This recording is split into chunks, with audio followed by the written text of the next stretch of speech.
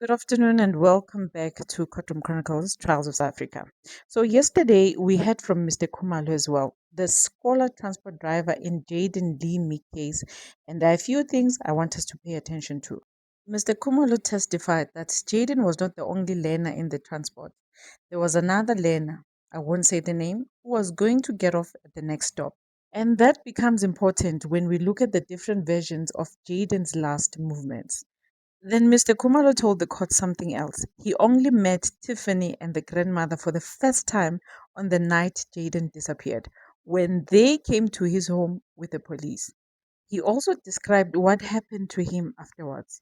He says his transport business was badly affected. His daughter was bullied at school.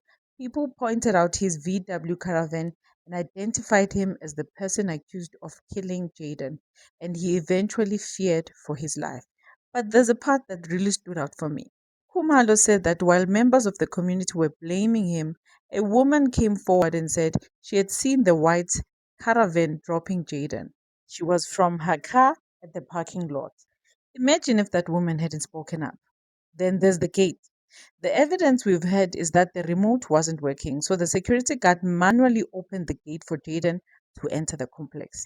Now we have different pieces of evidence that need to be put together carefully. And I'm leaving the phone call testimony for another conversation because there's a lot there. I've got over 20 videos on YouTube covering this case from the beginning. Courtroom Chronicles, Trials of South Africa on YouTube. The link is on the bio. With that being said, I'll see you in the next one. God bless. Ciao.